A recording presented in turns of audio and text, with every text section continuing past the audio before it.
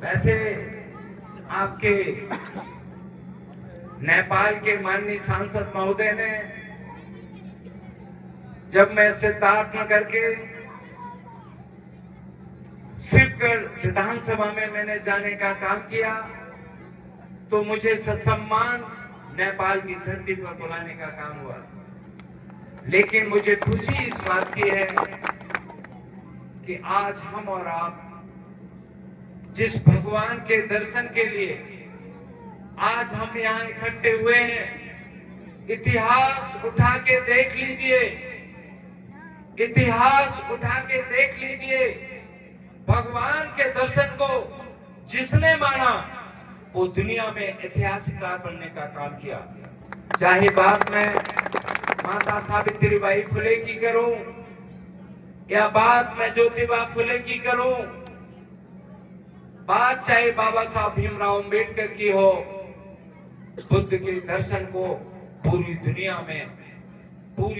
में सर्वोत्तम मानने का काम किया है। और मुझे खुशी, जहां माननीय हमारे अध्यक्ष जी ने बताया कि हमें आज इतनी खुशी है कि साकी कुल के लोग भारत देश में रहते हैं, मैं माननीय अध्यक्ष जी को बताना चाहता हूं, ऑस्ट्रेलिया के गोल्ड कोस्ट जो स्टेट है वहां पर मैं था और गोल्ड कोस्ट स्टेट के साथ में सफायर बीच पर मैं था। मैं अपने छोटे बड़े बेटे के साथ में उस बीच पर टहल रहा था। क्योंकि ऑस्ट्रेलिया में बुद्ध के धर्म को मानने वाले ज्यादातर महायानी हैं। एक बौद्ध बिछड़ी समुद्र में समुद्री जीव जंतुओं को करीब 10 लीटर की कट्टी से दूध पिलाने का काम कर रही थी। मैं बहुत देर तक मैंने इंतजार किया और इंतजार करने के बाद जब वो दूध पिलाना बंद हुई तो मैंने उनको प्रणाम किया और प्रणाम करने के बाद मैंने उनको बताया कि I am coming from India, मैं भारत की धरती से आया हूं। और जब मैंने बताया कि मैं भारत की धरती के साथ में मैं फर्रुखाबाद में सनकिसाकी और बुद्ध की धरती से आया हूं और मेरा नाम डॉक्टर नवल किशोर साक्य है, जब उन्होंने साक्य नाम सुना तो जहां मैंने उनको प्रणाम किया वो बौद्ध बिछड़ी शाक्य नाम सुनकर मुझे प्रणाम करने लगी। ये हमारे साक्य कुल की ताकत है और हमें पूरा भरोसा है जहां भगवान बुद्ध का दर्शन और भगवान बुद्ध की सेवा उनके राजवैद्य जीवक ने की। मैं खुश नसीब हूं अपने पूजनीय चाचा डॉक्टर राम कुमार साक्य जी का, जिनकी डॉक्टरी बचपन में हमने देखी और हमने प्रण किया कि हम सब भाई जब आगे बड़े होंगे तो डॉक्टर के रूप में अपने चाचा का नाम पूरे भारत देश के साथ पूरे संसार में फैलाने का काम करेंगे। और मुझे खुशी इस बात की है कि आज सुरपुरा से लेके